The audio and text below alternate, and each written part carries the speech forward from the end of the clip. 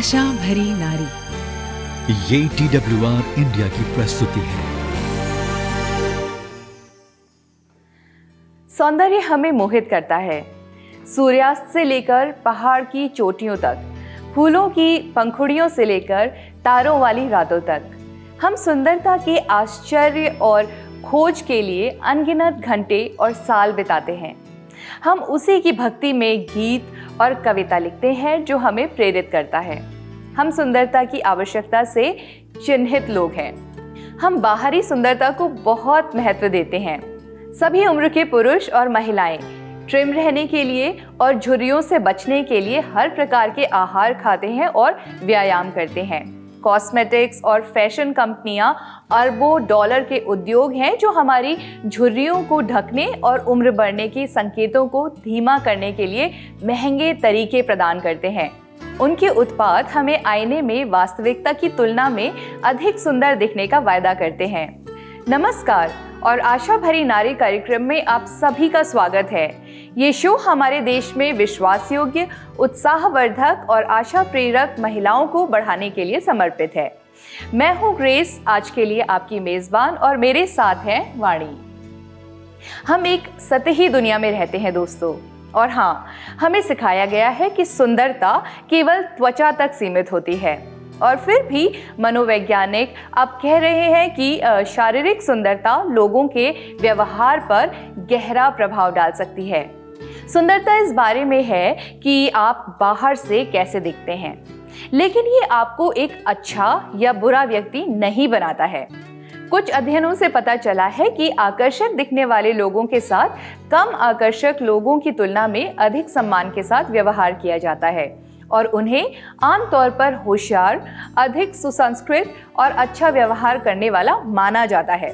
बेशक हमें ये महसूस करना चाहिए कि एक व्यक्ति अंदर से सुंदर हो सकता है, लेकिन दुनिया हमें अलग तरह से बताती है। मॉडल आमतौर पर लंबी और पतली होती हैं। आजकल प्रत्यारोपण नई चीज है। अधिक हस्तियां प्लास्टिक सर्जरी या कॉस्मेटिक सुधारों का उपयोग भी करती हैं। जवान दिखना खूबसूरत दिखने की कुंजी है ना? यही मेकअप विज्ञापनों और पत्रिकाओं ने हमें बताया है। दोस्तों, मुझे याद है कि मैं मिडिल स्कूल में मैगजीन के कवर देखकर और सुंदरता के उस मानक की कॉपी करने में असफल कोशिश करती रहती थी।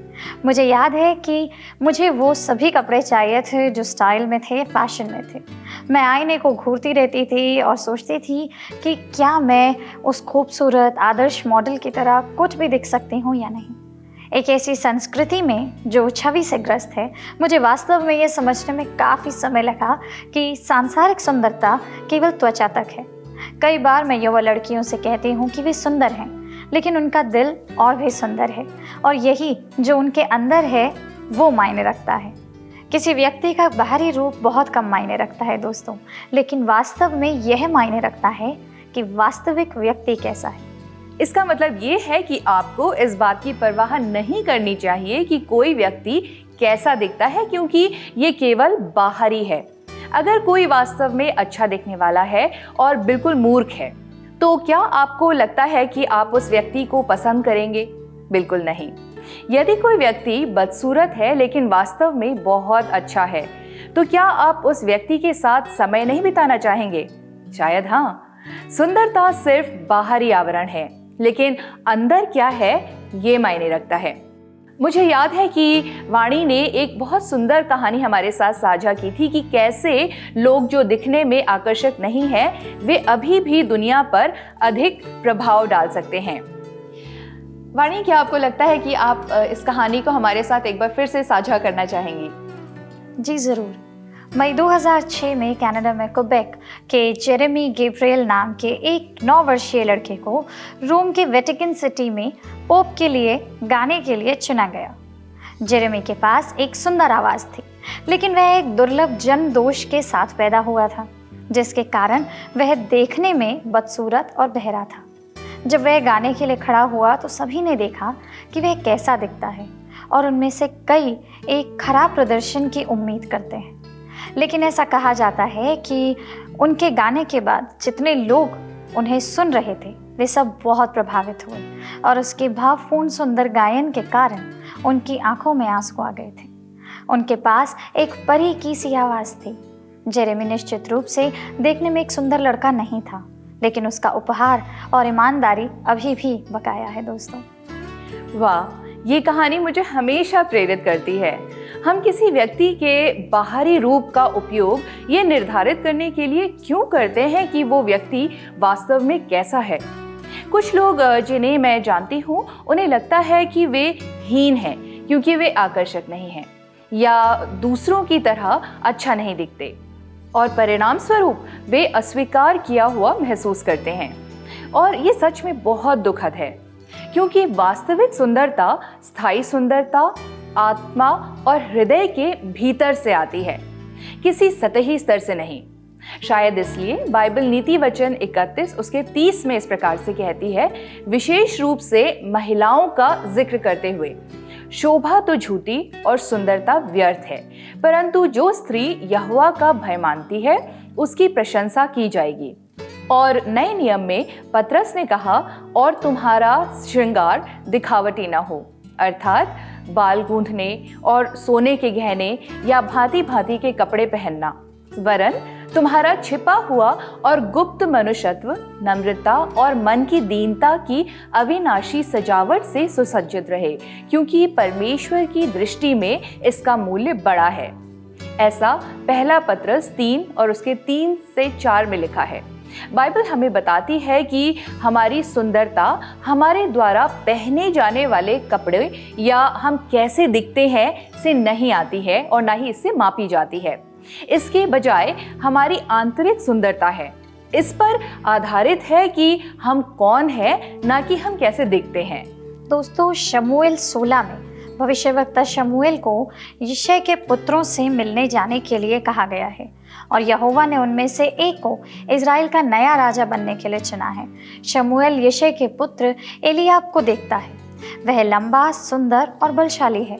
उसके पास राजा बनने के लिए आवश्यक सांसारिक खूबियाँ सब कुछ था और शमूएल का मानना है कि उसे वही होना चाहिए जिसे प्रभु ने राजा बनने के लिए चुना है। लेकिन इसके बजाय यहोवा शमूएल को याद दिलाता है कि वह दिखावे से प्रभावित ना हो, क्योंकि जो वास्तव में मायने रखता है वह है हृदय। बेशक आप समझ पा रहे हैं कि कहानी किस तरफ से चल रही है, किस तरफ को जा रही है। परमेश्वर परिवार में सबसे छोटे दाऊद को चुनता है, जैसे बाइबल परमेश्वर के अपने मन के अनुसार के रूप में बताती है, जबकि हम मनुष्य बाहर की ओर देखते हैं और देखते हैं कि हम बाहरी सुंदरता को क्या मानते हैं। परमेश्वर हमारी आंतरिक सुंदरता और हमारे दिलों को देखते हैं। दोस्तों, जैसे जैसे हमारा रूप बदलता है, हमारा दिल स्थिर रहता है। कोई भी बाहरी सुंदरता हमेशा के लिए नहीं रहती, लेकिन आंतरिक सुंदरता बनी रहती है। तो प्रिय आशा भरी नारी, इसे याद रखें, ईश्वर की सबसे सुंदर रचना स्त्री है। एक महिला सुंदर हो सकती है और होनी भी चाहिए। परमेश्वर ने उसे इसी तरह रचा है।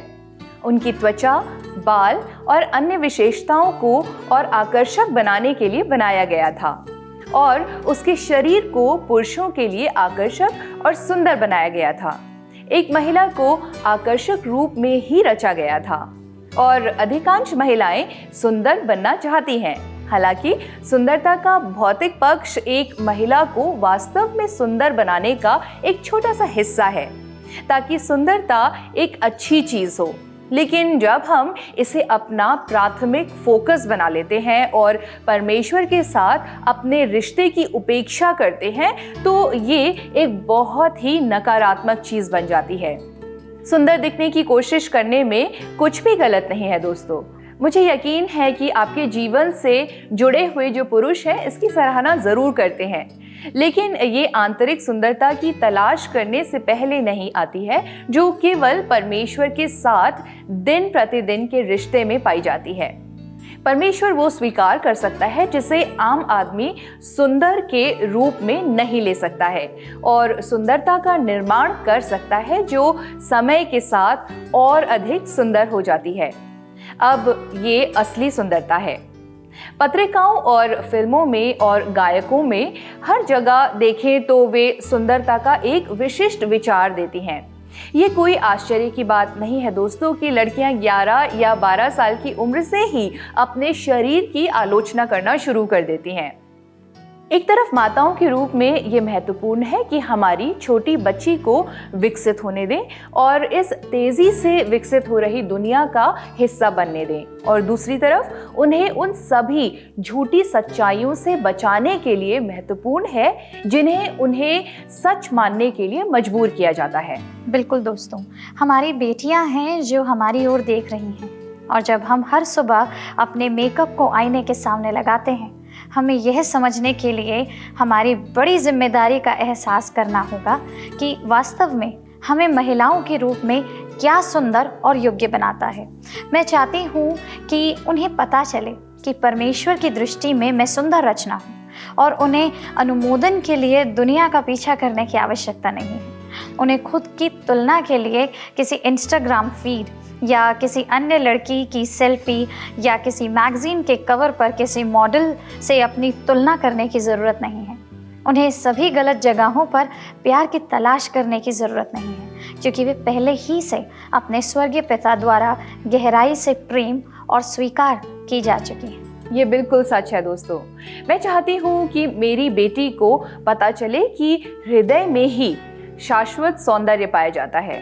एक सौम्य और शांत आत्मा की सुंदरता ऐसी चीज है जिसके लिए हमें काम करना चाहिए, ना कि दुनिया हमें कैसे कार्य करने या होने के लिए कह रही है।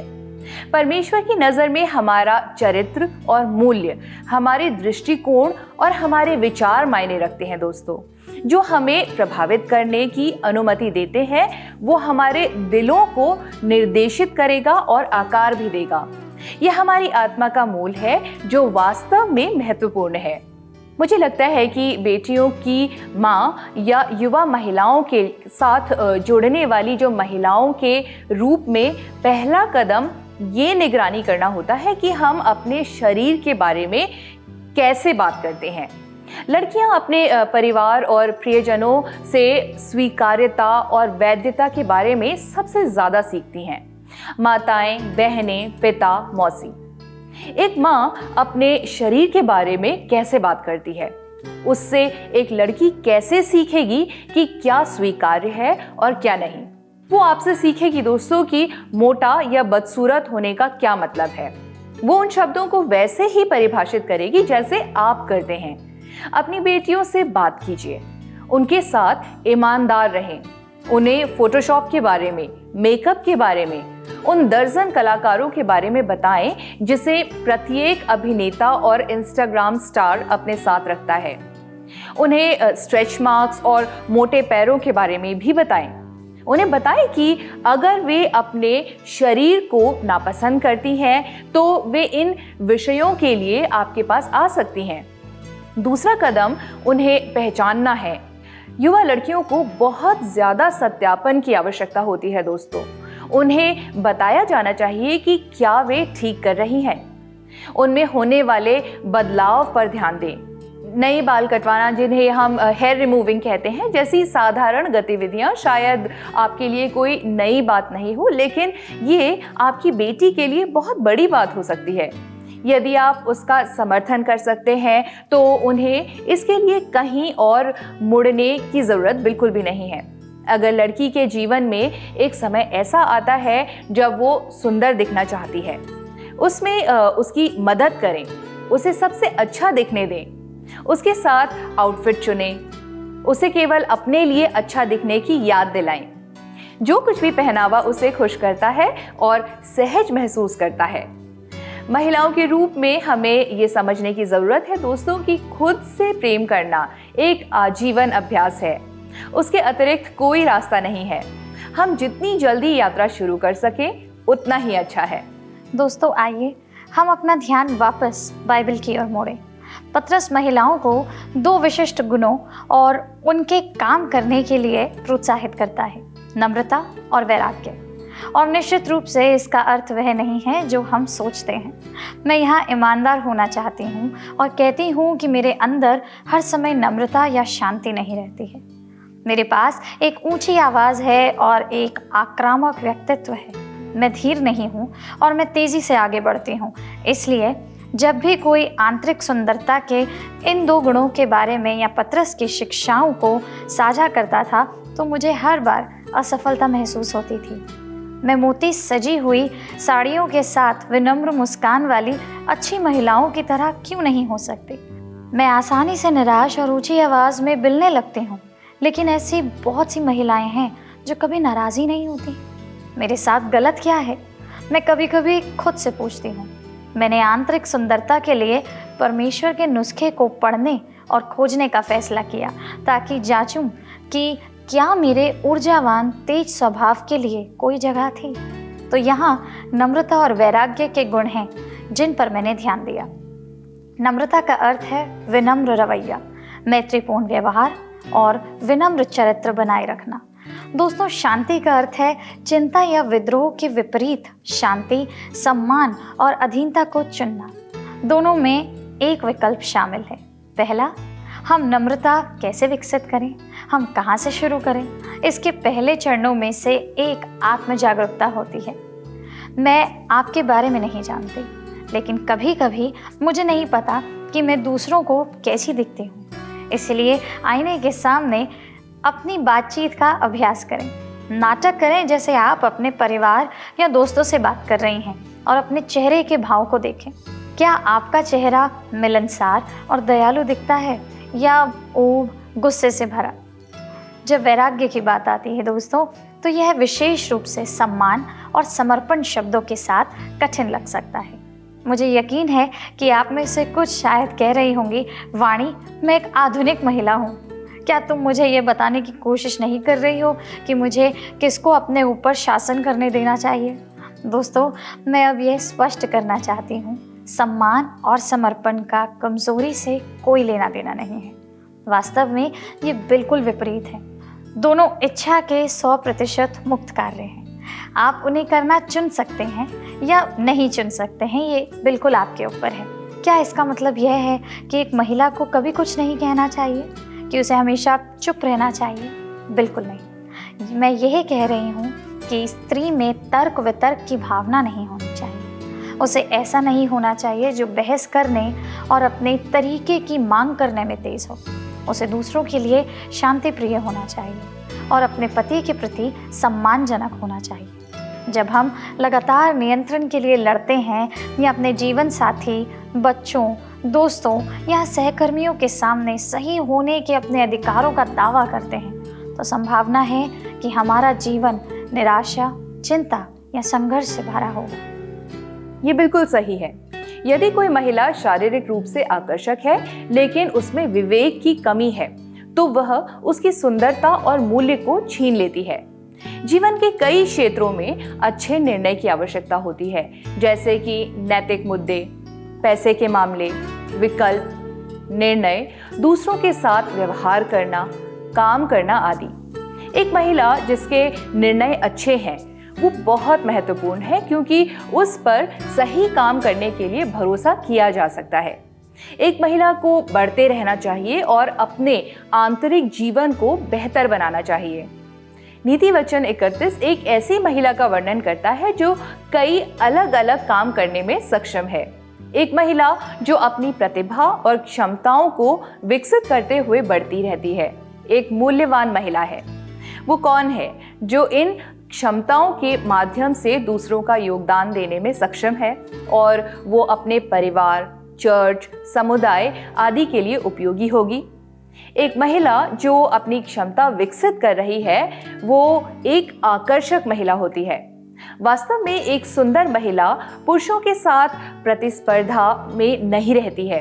वह उनके मूल्य और ताकत को समझती है और उनकी सराहना करती है।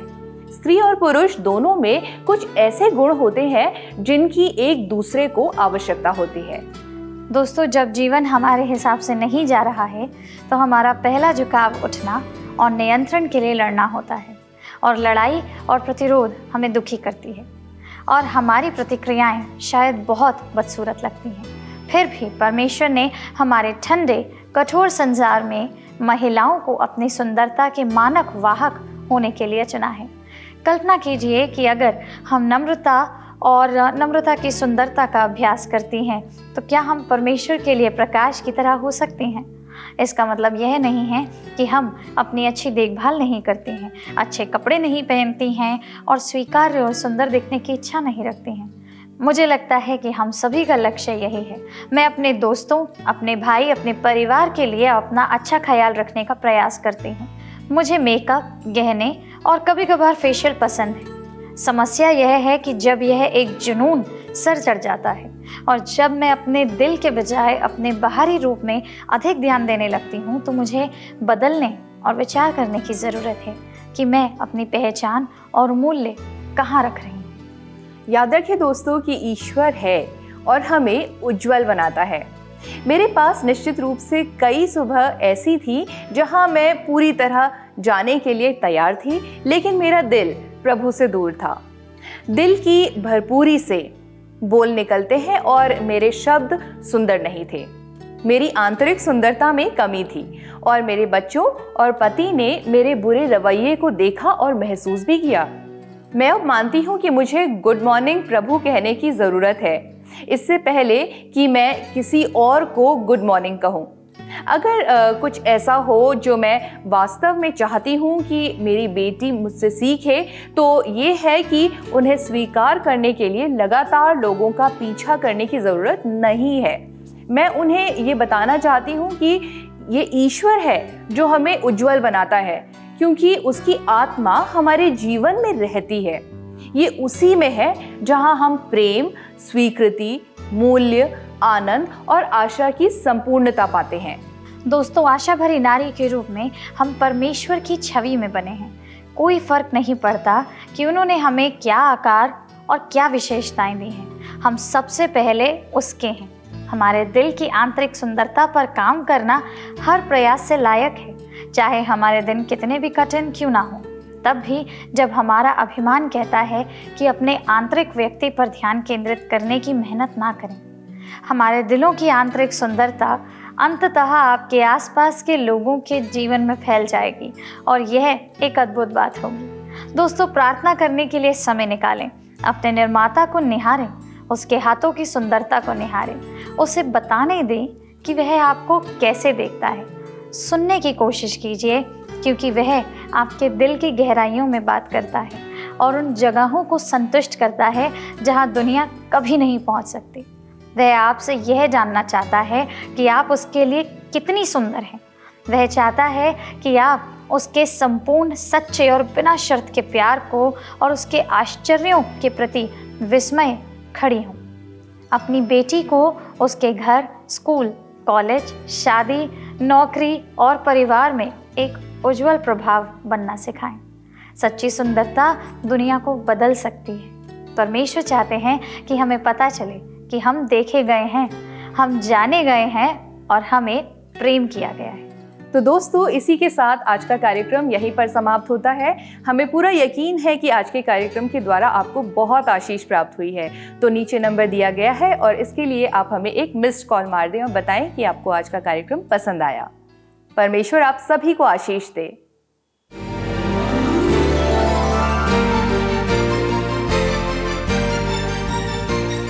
आशा भरी नारी। ये TWR इंडिया की प्रस्तुति है।